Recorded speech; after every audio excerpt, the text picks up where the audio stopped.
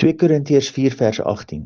Omdat ons nie let op die sigbare dinge nie, maar op die onsigbare, want die sigbare dinge is tydelik, maar die onsigbare ewig. Hebreërs 11 vers 3. Deur die geloof verstaan ons dat die wêreld deur die woord van God toeberei is, sodat die dinge wat gesien word, nie ontstaan het uit sienlike dinge nie.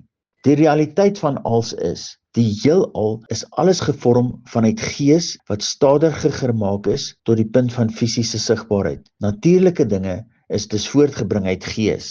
Vlees is gees in stadiger beweging.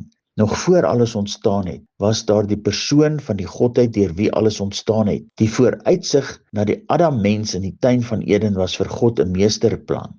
Daarom, as God deur sy woord die hemelse en aardse wêrelde in sy soewereine selfbestaan geskape het, wie is ons as deel van sy skepping om hom te bevraagteken? Ons moet eerder deur die Gees gelei die oorspronklike bewustheid ontdek van die rede van ons bestaan tot eer van God. Ons lê die ou sondige natuur Adam af en word oorkleem met die tweede mens Christus uit die hemelse in ons aardse. Halleluja, ons is in sy beeld en gelykenis as kroon van sy skepping geskape. Ons mag bewus word van die grootheid van die Godheid in ons, in Christus Jesus ons Here.